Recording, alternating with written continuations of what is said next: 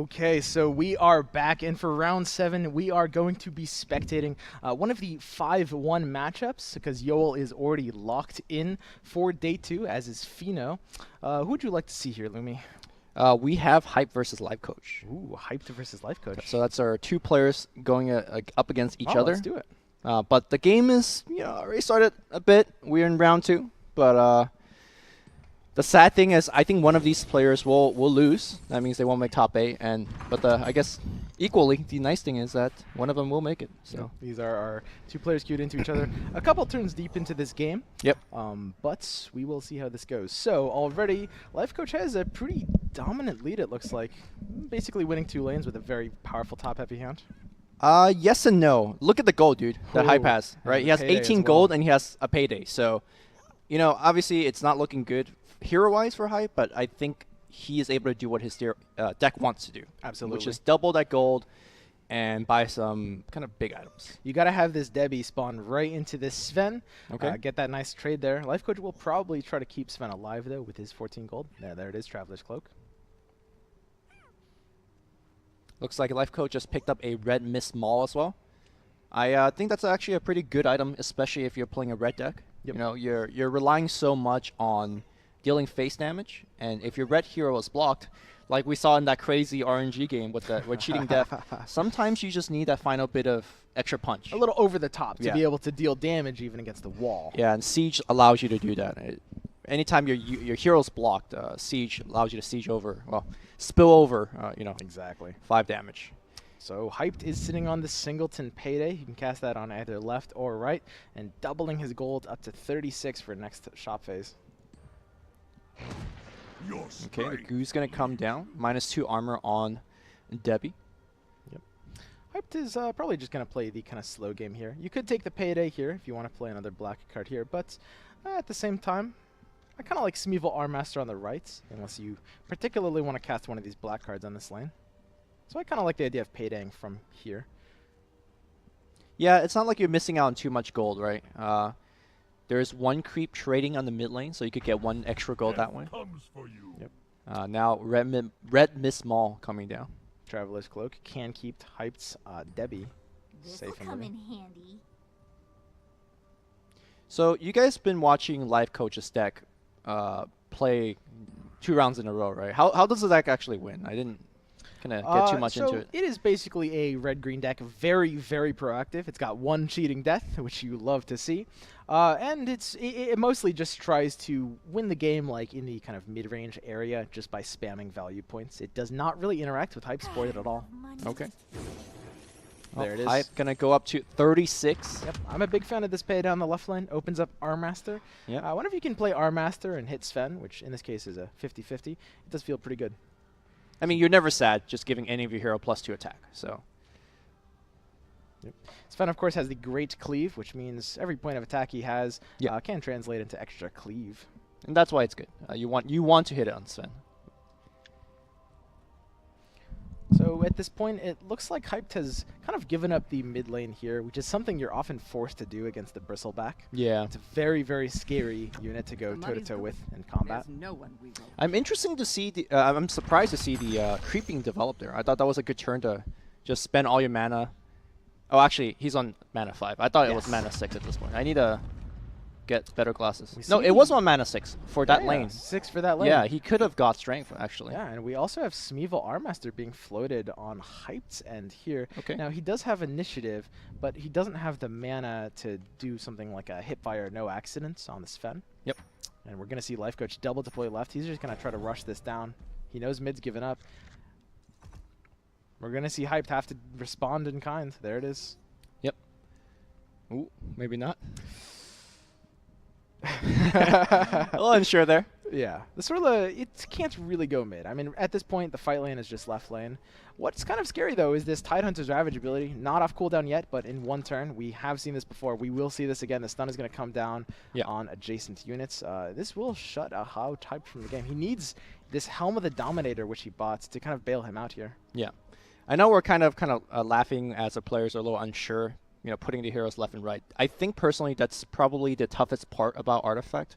Yes. You put your hero in the wrong lane, you just straight up lose. Yeah, we saw that happen just like 5 minutes ago. And, Yeah. well, okay, we saw that almost happen. It didn't end up happening, but it was really looking like it was going to happen. Yeah, so I think players spending 30 seconds, even a minute on the deployment phase is definitely fine. We got a very powerful card in Hyped's hand, Enough Okay. Magic. I Yeah. gotta say, I do love this card.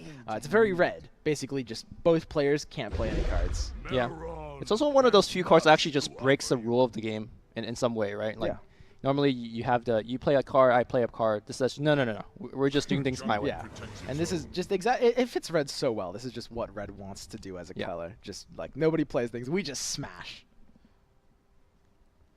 Kind of awkward though when you're losing the smash. Debbie right now gonna die. Yeah. Sven kind of owning the Beastmaster right now. It's But a card that demands very precise timing. Yeah. Now, Hyped is kind of relying on this Helm of the Dominator to get enough value because he's playing the gold game. Yeah. But unfortunately for him, Lifecoach isn't really playing big creeps that are great to mind control. Right now, it's just this melee creep. well, taking away that melee creep means Sorla is punching a tower for 12. And So that's huge. it's not the worst. Of course, is that the best value to get? No, it's gonna be clear the deck. That's a good one. Oh, that's not bad as well. He still has the option for Helm here. He will be not killing Sven if he does that. He loses the cleave. Takes the kill on Sven, saving Helm for a potential bigger drop. Lifecoach does have the Ogre Conscript as well as the Spring the Trap. Yeah. It feels so nice when you're able to just spring the trap onto the other lane because you don't need it for this lane anymore. You're gonna take the tower anyways. I like that call on Heights. Even though Spring the Trap is a one-of, he knows that if Lifecoach has it, he will play it here on this turn, so he can be a little bit patient with the Helm of the Dominator, and in this case, steal a 4/8 that's blocking Sorla instead. Yeah. So, kind of very similar to most of the Artifact games we've seen. One player takes one lane, the other player takes another lane, and it's going to be a fight on the final lane. And I gotta say, any kind of attrition fighting, having a Helm of Dominator on your side, yes. you are winning out most of the time. I like the position Hyped is in right now. I mean, he's got initiative, left lane is going on, and he can actually kill both of Lifecoach's heroes if he wants. He can hip fire the Farvran, and then with the initiative that the hip fire gives him, he can then proceed to immediately no accident the Tree and Protector. Yeah. Perfectly killing them both and locking Lifecoach out of his mana. That is a very powerful play. He And- has just enough mana to do And that. then the Helm of the Dominator stealing the Centaur right in front of Sorla. This is an explosive turn for Hyped. Let's see it. He sees this line of play. Yeah, he definitely does. Gonna make sure that he, is not thinking about the other options as well. That is But so good. there you Hit go. fire, steal initiative, and the Treant goes with it. Helm of the Dominator, stealing the Centaur, Yeah. and then you can even keep the Beastmaster alive with a Fountain Flask. This is the ideal turn. Yeah, so for you guys that haven't seen the Helm of the Dominator in action, it's a armor item. It costs 19 gold, so very hard to actually afford.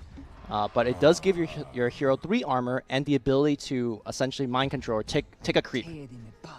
And- This really goes to show the power of initiative. Yep. Like, if Lifecoach had initiative here, this turn goes completely different. Yeah, he would have been able to cast, for example, the card that you're highlighting, and all of his heroes stay alive. And, completely different lane at that point. Hipfire, very powerful spell. And now it's up to Lifecoach to kind of play on the defensive. Now he does have Tidehunter coming in next turn Yes. with the Ravage. Straight up Ooh. giving it up. Wow. Is that a bit early of a concession? Yeah, not feeling good about his odds at all there. Okay. Well, that's game 1. I mean, that turn was pretty nasty, I gotta say. And now, because they're just sitting across from each other and talking about it. Yeah. Let's see if they're going to be starting up their game. If not, we could always watch one of the other pairs going on right now. No, we want to stay on this. Yeah. I think people want to watch this one. Of course, we got Blaze joining on the couch. What do you think about this game? Pretty interesting. Surprised to see basic heroes doing so well. You look at the 4 heroes you don't even have to draft. You think these should be terrible, right? Yeah. Well, what's Debbie doing winning games? I mean, Debbie's really good when you're casting really strong black cards, Yeah. right? I think Absolutely. we saw a couple of Paydays. We saw Oath.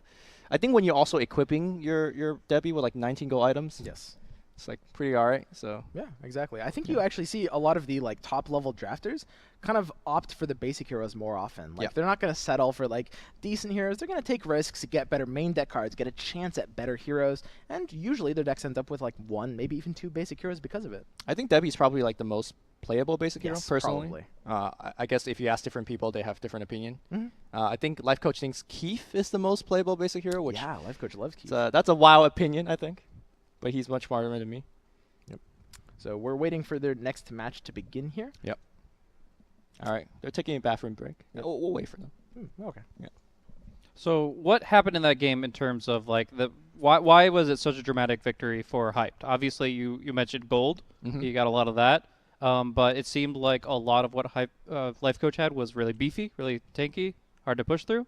How did he end the game so quickly? I mean, it's that one key turn, right? Yeah, that one key turn, saving initiative at the right moment. I really love the play, saving the helm of the Dominator, right? Yeah. I mean, he saw that coming. He was thinking an entire turn ahead, right? That's why he didn't helm of the Dominator the creep in front of Sora. Like, he was killing the Sven with the cleave. He needed that the creep there so that he could cleave and kill the Sven to enable that play to just knock Lifecoach out of that lane. Yeah, I know when we're watching Artifact, there's a lot to keep track of. Yes. One thing that a lot of players, when they're playing the game, is they should be paying attention to how much gold that their opponent has. Exactly. So in Lifecoach's position, when he see Hype go down 19 gold, there's only a couple items in the game that actually is not 19. There's Wingfall Hammer, which is pretty meh.